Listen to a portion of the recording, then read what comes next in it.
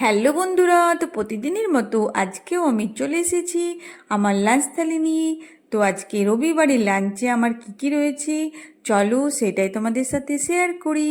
তো রবিবারের লাঞ্চে রয়েছে গরম ভাতের সাথে কাগজি লেবু, কাঁচা লঙ্কা, তার সাথে একটু বাটার নিয়ে নিলাম, আর রয়েছে রসুন দিয়ে পুনকা শাক ভাজা, আর করেছি করলা, আলু আর পেঁয়াজ একসাথে ভাজা, তার সাথে একটু কাঁচা লঙ্কাও আছে। একটা গরম গরম মাছ ভাজা নিয়ে নিলাম। তো আজকে এটা কাতলা মাছ, আর কাতলা মাছের সর্ষে, পেঁয়াজ, টমেটো দিয়ে ঝাল দেওয়া করেছি। তো কেমন লাগলো আমার রবিবারের লাঞ্চ থালি? শুভ দুপুর বন্ধুরা, সবাই ভালো থেকো, সবারই দিন খুব ভালোভাবে কাটুক। কাল আবার দেখা হবে। তো আজকের লাঞ্চের থালিটা কেমন লাগলো অবশ্যই কমেন্ট করে জানিও। গুড বাই বন্ধুরা।